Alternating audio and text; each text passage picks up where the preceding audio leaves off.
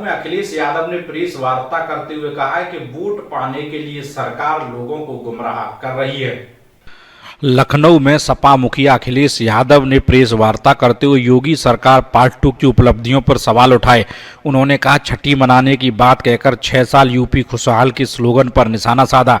सरकार कुछ भी करे उसे पॉलिटिकल क्रेडिबिलिटी खतरे में है और कहा कि हमने तय किया है कि सपा के कार्यकर्ता बूथ बूथ वाइज अब काम करेंगे।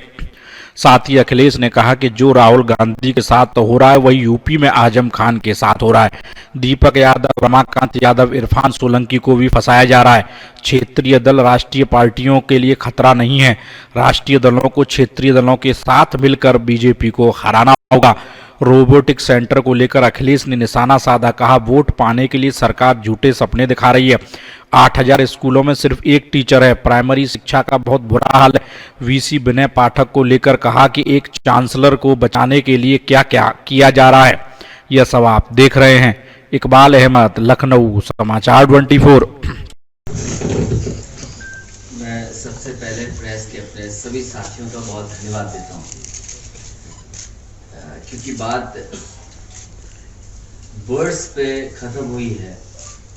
हमारे साथ आरिफ खड़े हैं और आरिफ ने एक बहुत अच्छा काम किया कि घायल सारस को समय पर उठाया, उसकी जो सेवा कर सकते थे की, उसका इलाज कराया और उसको जिंदा बचा लिया। भारत उस दौरान सारस उनका मित्र बन गया और उनके साथ एक मित्रता का व्यवहार उन्होंने किया। ये बात जब मैंने सोशल मीडिया पर देखी, अखबारों में पढ़ा और मेरी पार्टी के संगठन के लोगों ने जब बात रखी, तो मेरी इच्छा हुई कि जाकर के मैं आरिफ और सारस से मिलूं जाकर। मैं जब वहां गया हूं, बीजेपी के बड़े बड़े नेताओं को पता नहीं कहां से घबराहट आ गई। आरिफ तो वोट दे सकता है मुझे, सारस तो नहीं देगा वोट मुझे। आरिफ से दुश्मनी हो सकती है आपकी, और मैं ये कहूं कि आरिफ से क्यों दुश्मनी आपकी? वो तो 1 साल से सेवा कर रहा था। आखिरकार झगड़ा तो हमसे है ना, समाजवादियों से। आप मैं सारस से मिलने क्यों चला गया? मैंने सारस के साथ तस्वीर अपनी क्यों खिंचवा ली? और अगर मुख्यमंत्री जी की तस्वीर किसी जानवर के साथ, किसी के अपने प्रिय के साथ इतनी लोकप्रिय नहीं होती है, तो उसकी तकलीफ उन्हें क्यों है इस बात की? उन्हें परेशानी क्यों है इस बात की? भाई, वो आप अपने भी प्रिय को कभी बिस्किट खिलाते हैं, हम बहुत सारे लोगों को जानते हैं वो दाना खिलाते हैं, और वो तस्वीरें हमने आपने समय समय पर देखी हैं कि जो अपने प्रिय को, चाहे वो जानवर हो चाहे वो चिड़िया हो, हम दाना और बिस्किट खिलाते हैं। जब मैं कल लौट रहा था नोएडा से, तो लोगों ने कहा कि यहां 1 बोरा दाना कबूतर को खिलाया जाता है।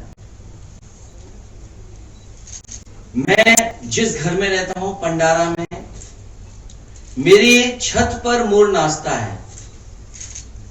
और अगर आप कहो तो मैं चल रहे हैं, कोई हिंदू मुसलमान नहीं, सवाल बेरोजगारी का है, सवाल महंगाई का है, और सब महसूस कर रहे हैं। मैं भी कुछ दिन पहले गया था और अचानक मैं आलू की मंडी पे चला गया। वहां एक बीजेपी का कार्यकर्ता था, हालांकि मुझे इस तरह नहीं कहना चाहिए, लेकिन फिर भी कह रहा हूं, कितने होशियार हैं वो लोग। जब मैंने देखा कि हजारों कट्टे आलू के पड़े हुए हैं, सब आड़तियां रो रहे हैं, किसान खड़े रो रहे हैं कि हमारे आलू की कोई कीमत नहीं मिल रही है, तो एक उसी में से व्यक्ति निकलता कहता है कि ऐसा है, ये सरकार की गलती नहीं है, आलू ज्यादा पैदा हो गया। और जैसे ही उसने ये बात कही, मैंने कहा सुनो, तुम हो भारतीय जनता पार्टी के। तभी एक पाल बिरादरी का नौजवान खड़ा था, बोला मैंने बीजेपी को वोट दिया था, लेकिन इस बार बीजेपी को वोट नहीं दूंगा। भैया आप सही कह रहे हो, ये बीजेपी का आदमी है। सोचिए, आलू से पहचान लिया लोग, तो सोच नहीं, आलू से पहचाना नहीं। देखिए क्या चमत्कारी है। अरे आलू अपना, सरकार क्या करे आलू? अरे भाई, आपने बजट में 1000 करोड़ रुपए क्यों रखा, और आपने अपने घोषणा पत्र में क्यों लिखा? और उसी समय मैंने उनके सामने कहा कि हटा दो मुख्यमंत्री जी को और हम आलू खरीद के दिखा देंगे, आलू कैसे खरीद। अरे अखिलेश जी, सरकार जो है योजनाएं तो बना रही है, रोबोटिक योजना है, जितनी योजनाएं बता रही, लेकिन खर्चे का ब्यौरा नहीं दे रही है। ये सच है जो बात आप पूछ रहे हैं। आप on the floor of house देखिए, इनके मंत्रियों को सुन लीजिए, क्या कहते हैं कि हम गन्ने का इतना पेमेंट कर चुके हैं। अरे भाई अभी भी बकाया है, आप बकाया तो नहीं बताते कि बकाया है आपका। आलू की खरीद की बात कर रहे हैं, आप बताइए ना, इस जिले में ये कारखाना लगा, 1 डिस्ट्रिक्ट 1 प्रोडक्ट में आपने कभी भी मोर वहां आता है, मोर छत पर जाकर के नाचता है, हमें भी अच्छा लगता है और कोई होगा उसको अच्छा लगता है, और उसके लिए मैंने बाकायदा दाने रखे हुए हैं। और क्या दाना रखना है? चना रखा हुआ है। आपको याद होगा मुख्यमंत्री आवास में समाजवादी सरकार में एक मोर आ गया था, और मैंने उस समय अधिकारियों से कहा कि मोर आ तो गया, जा नहीं पाएगा। मैंने उसको इतना अच्छा खाना खिलाया, इतना अच्छा दाना दिया कि मोर वही मुख्यमंत्री आवास में रहता था। मैंने एक तस्वीर, सड़क पर हाथी चल रहा था एक्सप्रेस वे, उसकी तस्वीर ट्वीट कर दी। एसटीएफ गई, उसके महावत को उठा लिया, जेल भेज दिया उसको। ठीक बात है, कानून है कि आप हाथी नहीं रह सकते हैं, उसका सुप्रीम कोर्ट की गाइडलाइंस है कि आप किसी को नहीं रह सकते हैं। और समय समय पर सरकार ने लाइसेंस भी कैंसिल किए हैं, और जिनके पास अगर हाथी था तो उन्हें वापस सरकार को करना पड़ा। मैं ये जानना चाहता हूं कि अगर आप जान बचाने वाले इंसान को आप धारा लगा करके डराना चाहते हो, आरिफ को आप डराना चाहते हो, यही वन विभाग के अधिकारी उस समय कहां थे तब जो 2019 में बात एक आध पत्रकार साथी ने तो कहा है, सरकार खुद जानती है। और फिर वहां पर भारतीय जनता पार्टी के, बीजेपी के लोग भी शामिल हैं, जमीनों में उनके विधायक भी शामिल हैं, जमीन का कारोबार करते थे। बीजेपी के लोग उन पर कार्रवाई क्यों नहीं कर रहे? ये भू माफिया, महोत्सव, उत्सव, चेहरे खिल जाते हैं। अरे ये बताओ ना कि उत्तर प्रदेश के 10 टॉप माफिया कौन है? उन 10 टॉप माफियाओं में आप बताइए कौन कौन है, या ये बताइए 50 से ऊपर मुकदमे किन लोगों पर है? क्या आप सूची नहीं जारी कर सकते हो? आपने कहा सूची जारी कर देंगे, आप बताइए हाउस में मुख्यमंत्री ने कहा था कि नहीं कहा था? अभी तक नहीं जारी की। क्यों नहीं जारी कर रहे हैं आखिरकार?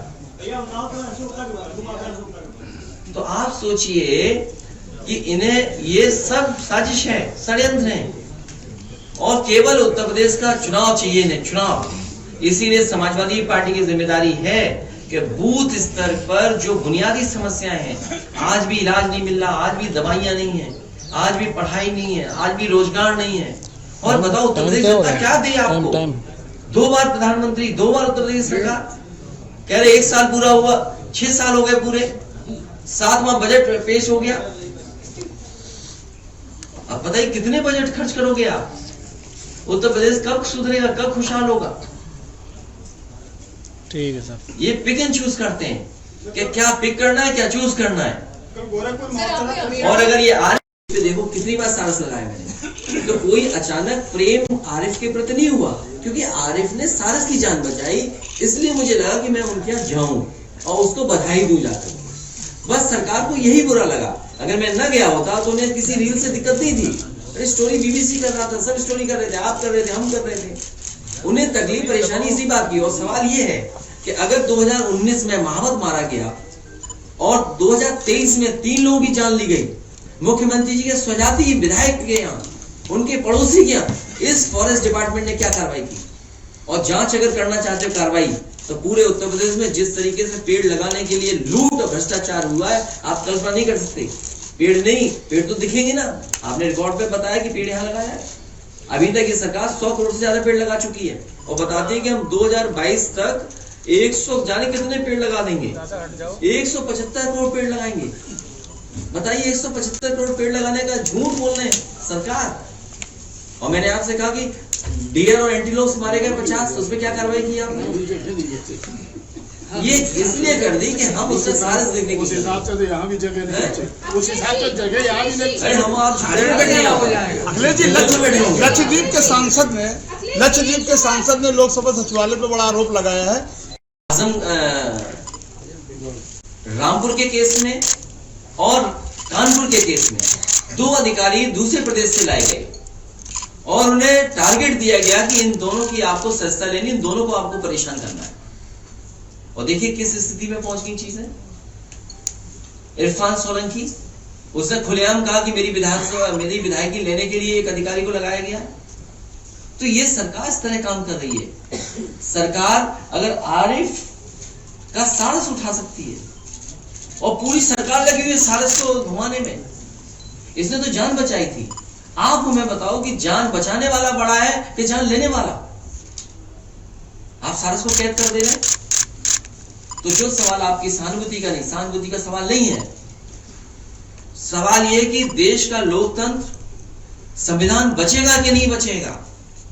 हम सहानुभूति नहीं दे सकते किसी दल को, लेकिन हम ये कह सकते हैं कि जो प्रदेश में जो दल हैं जो मजबूती से भारतीय जनता पार्टी से मुकाबला कर रहे हैं, उन दल का सहयोग और मदद उन राष्ट्रीय दलों को करना चाहिए। और राष्ट्रीय दलों को ये भूल जाना चाहिए कि क्षेत्रीय दल उनका कोई नुकसान कर रहे हैं। अगर कभी भी क्षेत्रीय दलों का नुकसान हुआ है तो आप में से बहुत सारे वरिष्ठ और सीनियर जर्नलिस्ट हैं, दिल्ली की सरकारों ने हमेशा क्षेत्रीय दलों का नुकसान किया है। आज सीबीआई, ईडी, इनकम टैक्स क्षेत्रीय दलों के ऊपर है। सबसे ज्यादा क्षेत्रीय दलों को इन चीजों का सामना करना पड़ा है, चाहे